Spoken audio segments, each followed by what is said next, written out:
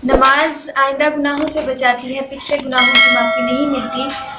कुरान में खुदा ने कहा है कि बिस्मिल्लाहिर्रहमानिर्रहीम इन्ना सलाता तन्हा अनिल फहशाई वल मुनकर, कि बेशक नमाज इंसान को बेहयाई और बुराई से रोकती है। लेकिन नमाज गुज़श्ता गुनाहों की माफ़ी नहीं दिलवाती, बल्कि नमाज आइंदा गुनाहों से बचाती है कि जब इंसान अल्लाह की बारगाह में एक दफ़ा नमाज अदा करता है और तज़किया नफ्स कर लेता है तो उसका ज़मीर गवारा नहीं करता कि वो आइंदा आने वाले वक्त में कोई गुनाह करे। तो मोमिनात, इसी तरह जैसे नमाज आइंदा गुनाहों से बचाती है, बिल्कुल इसी तरह रोज़ा आइंदा गुनाहों से बचाता है, माजी के गुनाहों से नहीं बचाता। कि जिस तरह कुरान में अल्लाह ताला ने कहा है कि बिस्मिल्लाहिर्रहमानिर्रहीम या अय्युहल्लज़ीना आमनु कुतिबा अलैकुमुस्सियाम कमा कुतिबा अलल्लज़ीना मिन क़ब्लिकुम लअल्लकुम तत्तक़ून।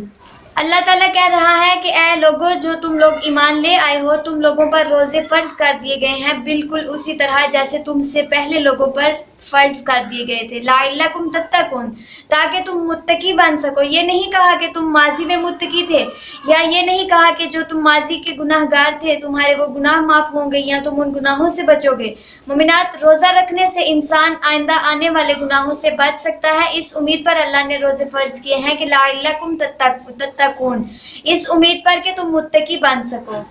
गुनाहों के साथ इंसान जन्नत में नहीं जा सकता और नेकियों के साथ कोई इंसान जहन्नम में नहीं जा सकता। कहने की बात यह है कि जिस तरह हमारे फ़िक़ही आलिम दीन जो है, हमारे उलमाए कराम हैं, जो हमारे मुज्तहिद हैं, उनका ये फतवा है कि अगर तालाब में कोई नजासत फैल चुकी हो और अगर इंसान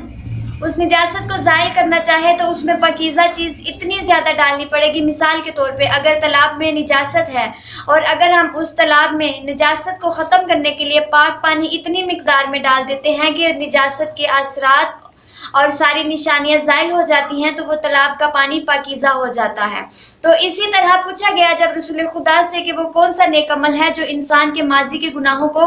ख़त्म कर देता है और आइंदा गुनाहों से भी बचा लेता है, तो रसूल खुदा सल्लल्लाहु अलैहि वसल्लम ने अपनी ज़ुबान अतहर से इरशाद फरमाया कि हुब्बुल अलीयुल हसनात, के अली की मोहब्बत वाहिद वो नेकी है कि जो इंसान के माजी के गुनाहों को भी ख़त्म कर देती है और आइंदा गुनाहों से भी बचा देती है। वहीं पर एक मशहूर हदीस आपके सामने पेश करती जाऊँ कि रसूल खुदा सल्लल्लाहु अलैहि वसल्लम ने इरशाद फरमाया कि अली की मोहब्बत बिल्कुल उसी तरह है जैसे सूखी लकड़ी को आग खा जाती है, बिल्कुल उसी तरह मोहब्बत अली इंसान की गुज़श्ता और आइंदा आने वाले गुनाहों को ख़त्म कर देती हैं। तो मोमिनात, क्यों ना हम उसी इमाम से इतनी मोहब्बत करें कि जिस इमाम से मोहब्बत करने से इंसान को पता चल जाता है कि मोमिन कौन है और मुनाफिक कौन है। तो रसूल खुदा की इस हदीस से हमें ये सबक हासिल हुआ है कि अगर इंसान अली की मोहब्बत को अपने दिल में रख ले तो इंसान के गुज़श्ता गुनाहों को भी माफ़ किया जा सकता है। इंसान के जहाँ पर माजी के गुनाह ख़त्म हो जाते हैं, वहीं पर इंसान के आने वाले गुनाहों से भी इंसान बच सकता है।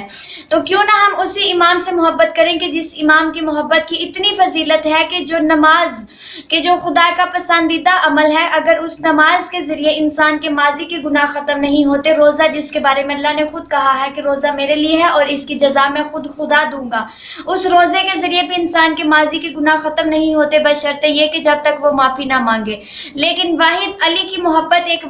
ऐसा अमल है, एक ऐसा ज़रिया है कि जिसके ज़रिए इंसान के तमाम माजी के गुनाह भी माफ़ हो जाते हैं और आइंदा आने वाले गुनाहों से भी इंसान बच सकता है।